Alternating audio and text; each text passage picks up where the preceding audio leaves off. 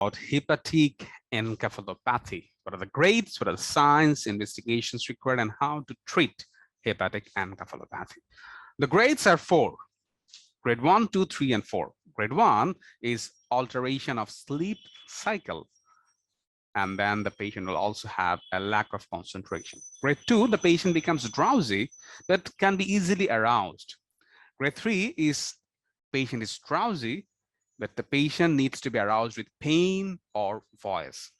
Grade 4, the patient is unconscious and may or may not respond to pain or voice. The classic signs are flapping tremor or hysterexis, constructional apraxia, increased jerks, extensor plantar response, and fetor hepaticus. The typical investigations would include a liver function test, basic investigations such as CBC, electrolytes, RBS, a renal function tests such as urea and creatinine, an ABG, and an ECG. Additional investigation may be required according to patient's presentation, such as test for infection, such as cultures. The treatment is identification of the cause and treat the cause.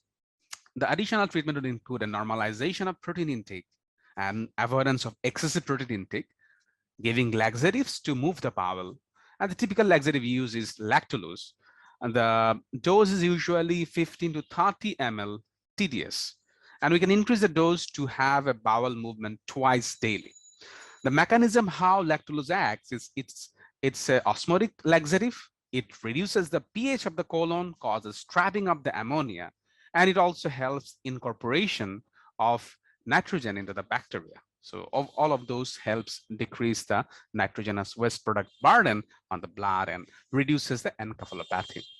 We also use rifaximin to clean the gut, and rifaximin dose is 400 milligram TDS.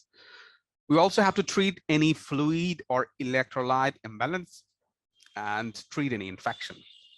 Evidence of NSAIDs and sedatives are essential, and obviously we have to monitor the patient.